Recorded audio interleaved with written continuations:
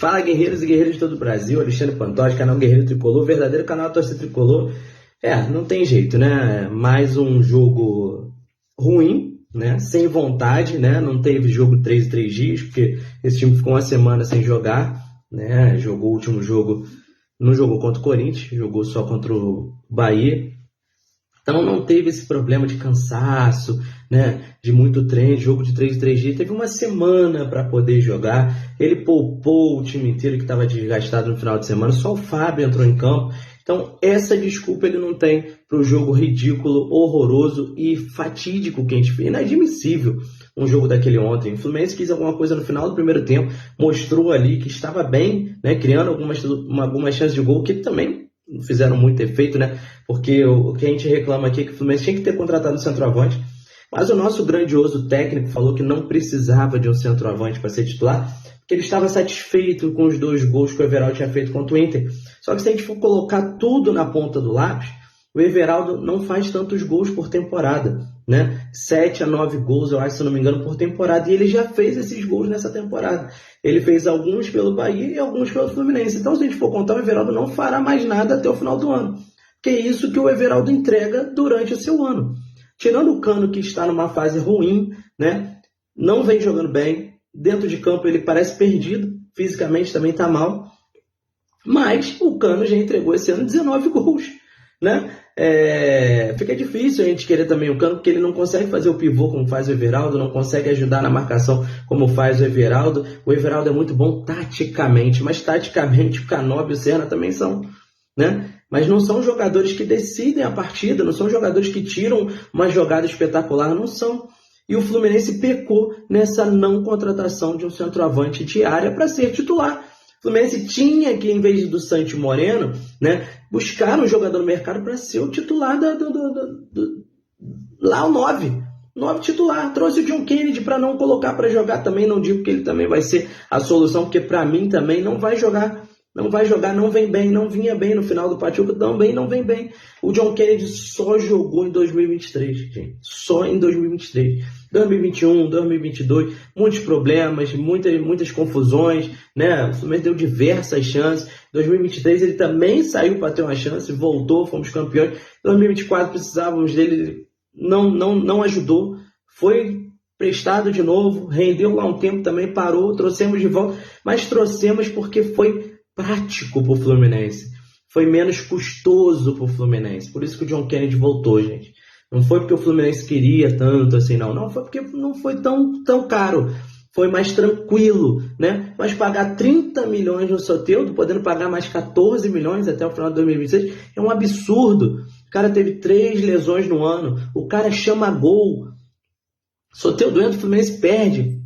Tem aqui a estatística, vou dar para vocês. São 10 derrotas com o Soteldo em campo e um empate. Tá? 10 derrotas, ele entra, o Fluminense perde. Até quando o Renato vai bancar o seu chaveirinho, o seu Soteldo? Se não quer fazer se não quer ser campeão, porque parece que é isso que o Renato não quer, ele está satisfeito em ter chegado à semifinal do Mundial de Clube, ele está satisfeito em estarmos na semifinal da Copa do Brasil, né? E ele está satisfeito com esse futebol que o Fluminense joga. Contra times inferiores, o Fluminense tinha que estar sem menosprezar, o Fluminense tinha que estar jogando muito, o Fluminense tinha que estar mostrando que é o Fluminense da Copa do Mundo de Clubes, que é aquele time que é aguerrido, com vontade, com disposição. Mas perdemos o João Ares, não interessa. Vontade dentro de campo, correr, lutar e brigar por todas as bolas, mostrar. Nós temos jogadores que podem decidir, que têm mais habilidade que o adversário, né? Mas não estamos demonstrando isso. E fomos premiados, né? Premiados com essa falta de vontade, com o gol do Lanús, justamente, que foi o que quis mais no segundo tempo, com todas as suas limitações. Só o lateral esquerdo, Martini, e o Marcelino, o Marcelino é o atacante, é o jogador mais perigoso dos caras, e o cara conseguiu jogar ontem. Com marcação, o cara conseguiu jogar ontem, porque a marcação estava frouxa, né? Aí ele me bota o Bernal no lugar do Martinelli e me diz que o Martinelli, ele achou que estava cansado. Aí perguntou pro cara quando saiu de campo. Aí o Martinelli falou, não, tô tranquilo, tô bem. Aí ele botou o Bernal, que no primeiro lance tomou amarelo, fez uma falta no próprio Marcelino na entrada da área, que era para um segundo amarelo.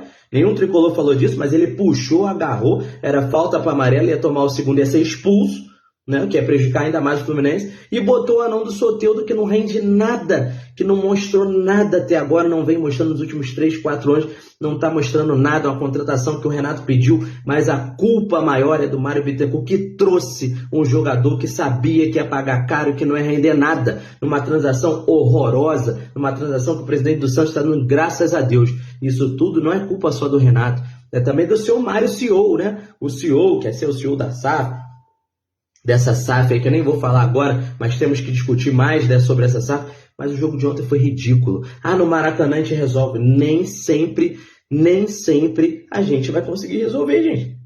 É lógico que eu quero que resolva na semana que vem, é lógico que vai estar lotada, a torcida vai apoiar, vai encher o Maracanã, vamos lotar, vamos empurrar, mas não pode jogar desse jeito achando que sempre no Maracanã a gente vai resolver. Os caras vão vir com 10 lá atrás, vão buscar uma bola como buscaram ontem, no final do jogo, uma falta de atenção, num escanteio que era nosso. Bernal sem marcar ninguém, o Soteldo olhando a jogada, né? Brincadeira, olhando a jogada, o Canóbio veio correndo igual um louco, ele estava 90 minutos dentro de campo para chegar no lateral esquerdo antes do cruzamento e tomamos um gol, né? Numa grande defesa do Fábio, infelizmente a bola bateu na trave e entrou, né? Mas o Fluminense pediu esse gol, o Fluminense pediu para sair derrotado, porque o Fluminense queria um empate. E quando o Renato chegou no Fluminense, ele contou pra gente que meu time vai saber se defender, mas o meu time vai jogar, meu time vai ser ofensivo, meu time não vai ter medo de jogar. Não é isso que o Renato tem mostrado pra gente nos últimos jogos. Não é isso que o Renato tem mostrado pra gente nos últimos jogos. O Fluminense tem tido medo de jogar, o Renato tem medo de mudar, né? Se ele viu que o Nonato não estava bem em campo, o Fluminense não terminou o primeiro tempo bem, o que já era para ter começado o segundo tempo?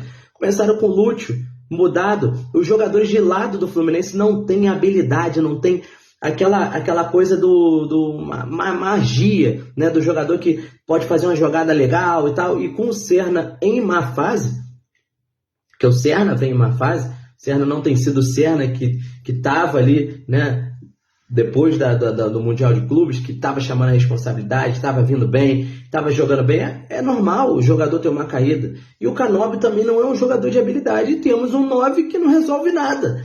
Então o Fluminense precisa de um cara no meio campo, né, com essa lesão do Ganso. A gente tem o Lúcio Acosta agora, só temos o Lúcio Acosta, porque o Lavega não, o Lescano não joga, né? É sempre a mesma desculpa, não joga, né? Então o Lúcio entrou depois do Soteldo. Olha só que maravilha. Ele bota o Soteldo, que não resolve nada, né, no lugar do Serna, que estava mal, né? Mas aí você tem o Keno, que não foi nem para o banco. Aí ele falou, não pude botar o Keno no banco. Olha que falta de critério o seu Renato Gaúcho tem tido com os jogadores até para colocar no banco. É muita falta de critério.